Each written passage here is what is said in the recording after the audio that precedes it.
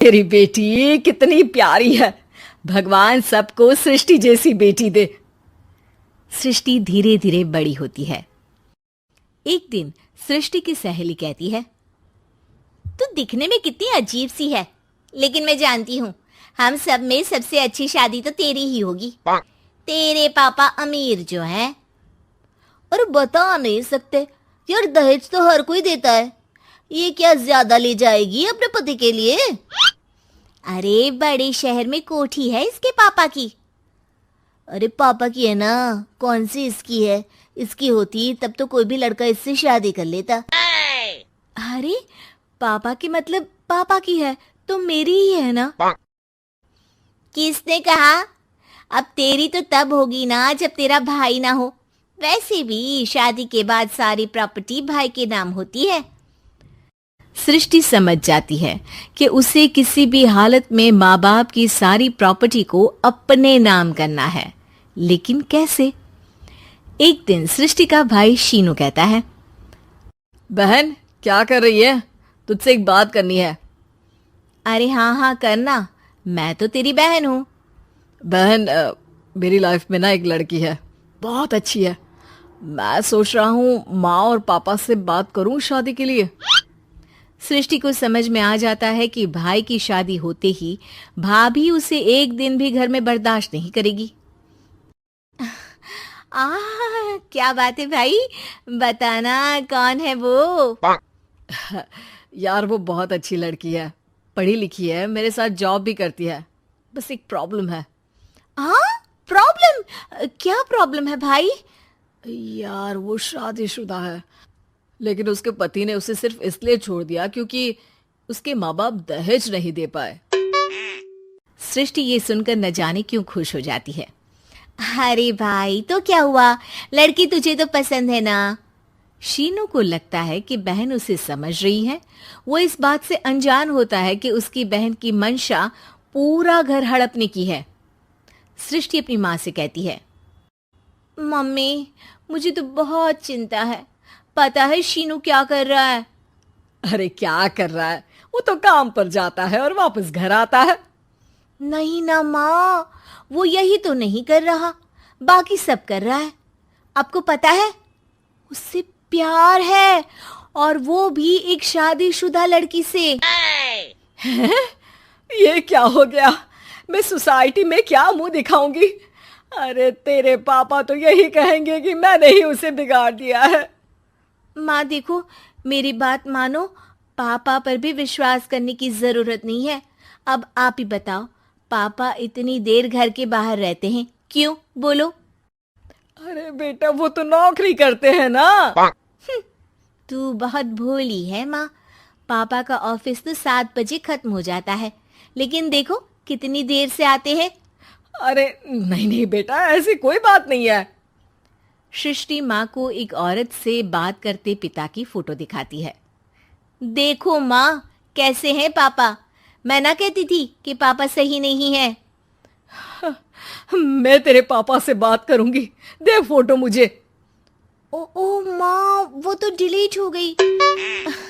लेकिन चल, तूने तो देख लिया ना। पापा से बाद में बात कर लेना, और हाँ, मेरा नाम बिल्कुल मत लेना। हाँ माँ। अब क्या था, सृष्टि के माँ और पिता के बीच झगड़ा होना शुरू हो जाता है। सृष्टि के मन में क्या चल रहा था कोई नहीं जानता था। एक दिन, माँ सृष्टि के लिए एक लड़का देखा है, वो लोग शाम को उसे देखने आने वाले हैं।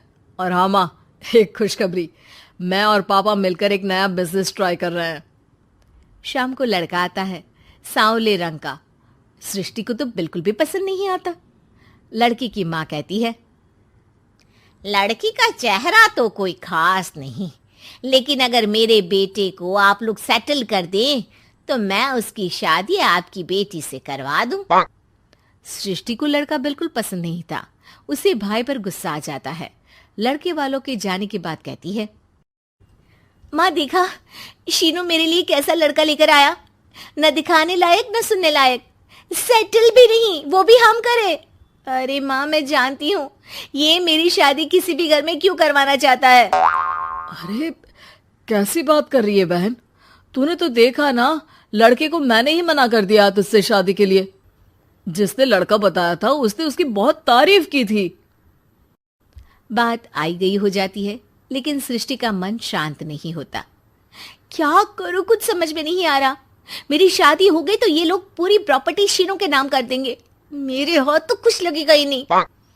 तभी सृष्टि को आइडिया आता है। वो किसी वकील को फोन करती है। जी देखिए, अगर आपके मम्मी पापा का तलाक हो जाता है तो आपके पिता की आधी प्रॉपर्टी आपकी माँ के नाम हो जाएगी, फिर उसे वो किसी को भी दे सकती है। सृष्टि अब माँ को बेटे के खिलाफ भरती है। माँ, शीनू पर नजर रखा करो, वो जिस लड़की के प्यार में है ना वो शादीशुदा है। यहाँ आएगी, सारा पैसा रुपया जमीन जायदाद सब हड़प लेगी। पापा का भी हाल तुमसे छुपा नहीं है।